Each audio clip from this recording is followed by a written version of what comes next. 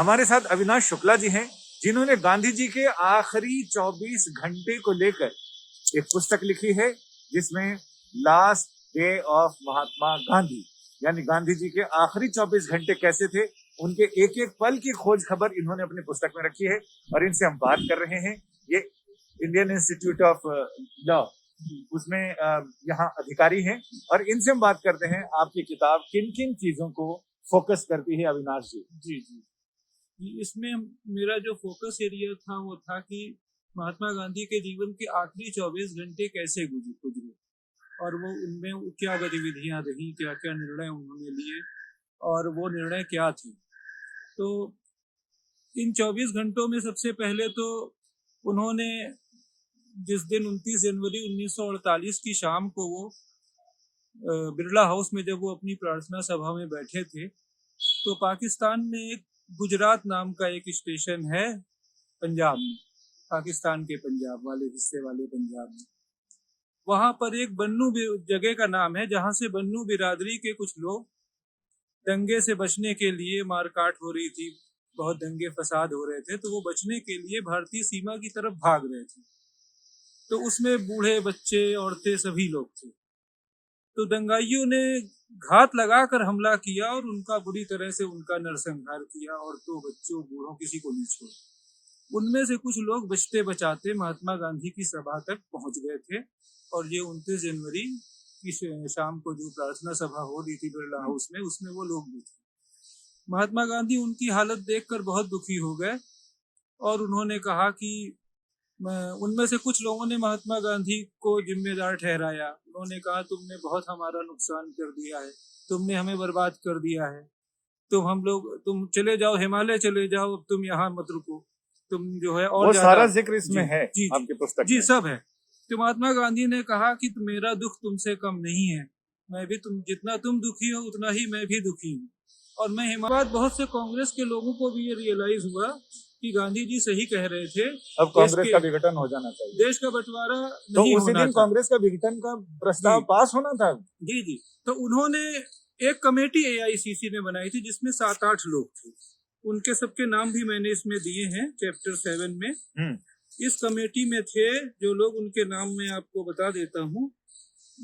तो ये 7 लोग जो थे, इनके नाम थे RR दिवाकर, PD टंडन, आचार्य नरेंद्र देव, श्री SK पाटिल, डॉक्टर पट्टाभी सीतारमैया, श्री सुरेंद्र मोहन घोष और आचार्य जुगल किशोर।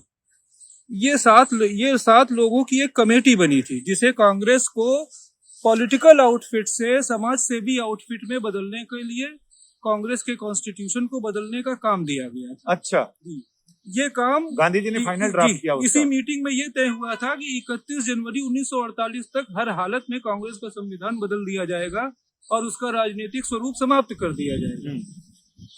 जब ये लोग नहीं बना पाए कोई रेजोल्यूशन, तो ये लोग 27 जनवरी को महात्मा गांधी से मिले बिरला हाउस में और कहा, बापू आप ही लिखवा दीजिए, क्या लिखवाना है, हम लोग कुछ ज्यादा इसको समझ नहीं पा रहे। तो गांधी जी ने कहा, अच्छा मैं लिखवा दूंगा।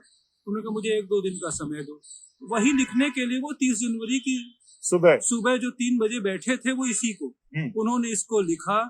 उन्होंने कहा, यद्यपि देश का विभाजन हुआ, लेकिन फिर भी वो ड्राफ्ट आपने इसमें वो ड्राफ्ट है, वो 30 जनवरी का ड्राफ्ट इसमें मौजूद है।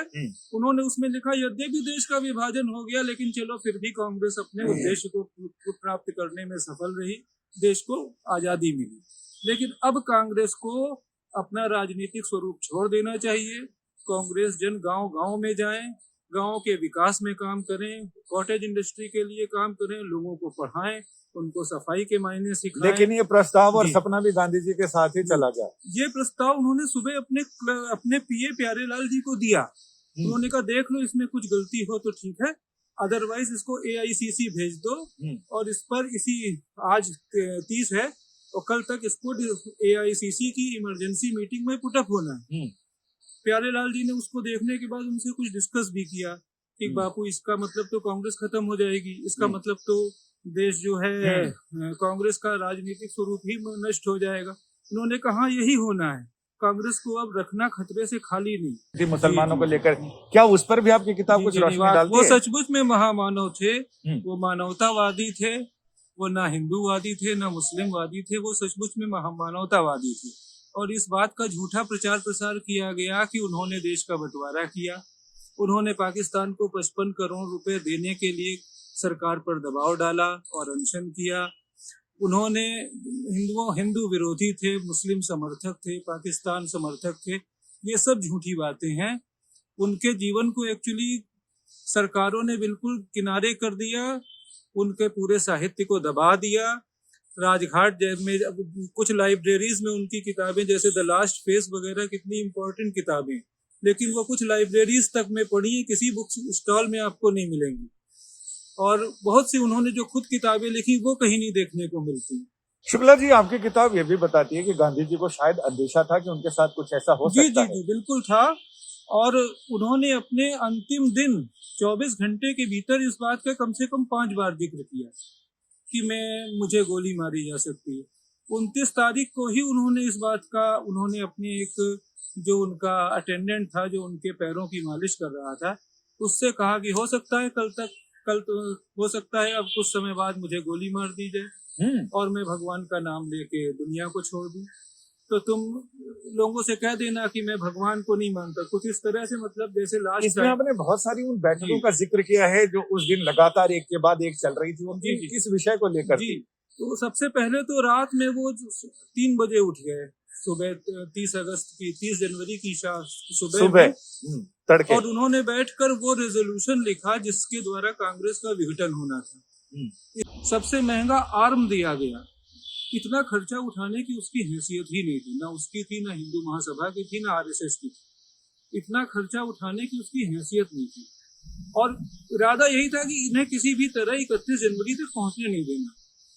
और इसी बिल्कुल 30 था। और आप देखिए 5 बजे शाम को जब टाइम हुआ बिरला हाउस में प्रार्थना का, तो वो उठ नहीं रहे थे अपनी सीट से। उन्हें किसी सोर्स से पता चल गया था कि आज मेरा जीवन खतरे में है, आज मेरे ऊपर हमला हो सकता है। उन्होंने कुछ बोला भी था जाने जी। तो आभा ने जब देखा वो उठ नहीं रहे, तो आभा ने उनको याद दिलाने के लिए घड़ी सामने रख दी, क्योंकि उस समय सरदार वल्लभ भाई पटेल से उनकी बात चल रही थी, वो भी बैठे थे।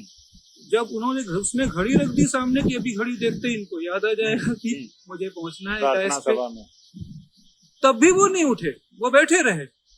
तो पटेल साहब की जो बेटी थी मणिबेन की नजर पड़ गई आभा पे। वो समझ गई कि आभा क्यों चिंतित हो गई। उसने कहा बापू आपका प्रार्थना सभा में जाने का समय हो गया। तो इस पर वो उठते हुए बोले yes now I will have to go. जब इतना कह के वो उठे और निकलने लगे कमरे से, तो एक उनका वर्कर आया और वो बोला बापू काठियावाड़ से कुछ लोग आए हैं, आपसे मिलना चाहते हैं। तो उन्होंने कहा उनसे कह दो मैं प्रार्थना सभा के बाद उनसे मिलूंगा अगर जिंदा बचा तो। अच्छा, ऐसे ये उनका। उसके बाद वो बस पाथवे पे चलते हुए अपने सपोर्टरों के साथ जैसे ही लॉन में घुसने के लिए मुड़े, वहीं पे नाथूराम गोडसे ने। तो साहब ये कहानी है गांधी के सपनों का भारत। गांधी अपने सपनों की कांग्रेस का क्या करना चाहते थे वो उन्होंने कहा है। और ये किताब जो अविनाश शुक्ला जी ने लिखी है वो गांधी जी के आखिरी 24 घंटों की पल पल की दास्तान इसमें है। 30 जनवरी है, शहीद दिवस है, लिहाजा इस किताब की अहमियत ज्यादा बढ़ जाती है। और उससे पता चलता है इन्होंने कई सालों के शोध के बाद ये किताब लिखी है, 10 सालों के शोध के बाद।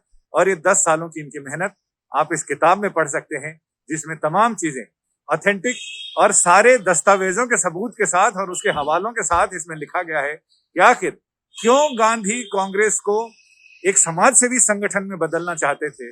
अगर ऐसा होता तो आप समझ लीजिए जैसे राष्ट्रीय समाज सेवक संघ है वैसे भारतीय राष्ट्रीय कांग्रेस भी होती। 31 तारीख तक वो सारा प्रस्ताव पास होना था, लेकिन उससे एक दिन पहले जो लोग पूरे देश को गांधी के सपनों का भारत बनाना चाहते वो एक बार गांधी के सपने देख तो लें। संजय शर्मा, दिल्ली, आज तक।